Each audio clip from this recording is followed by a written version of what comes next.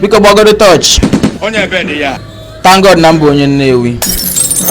Gbaanụ touch na ajị juru ikpu. Jesus. Akwefu oge erugo mgbe a ga-ebido ime ndị this mommy GOs na daddy GOs arrest. Ka a jụọ ha some questions. Ajụọ ha ma these things ha na-ade impose be ọnụnụ mama ụnụ na papa ụnụ na-ade ejebe dia church. Ya ha na-ade impose be ha mee ebe ha gụtara ya na Bible. Mgbe Jizọs bịa n'ụwa ma nwe onye ọsọ nya tee unyi n'ihu. Okay, that one apart.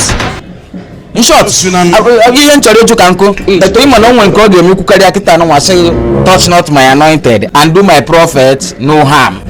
Ewuru nke anwa sobe m mana aghọtaghị m because na ịma na these people believe in you and believe in things you do. Ama m nke isi ha tee unyi n'iru ịchọ iji ya wee mee example ekwensu because aghọtaghị m ọ bụ na isiri ha tee powder white or chalk white it will be understandable.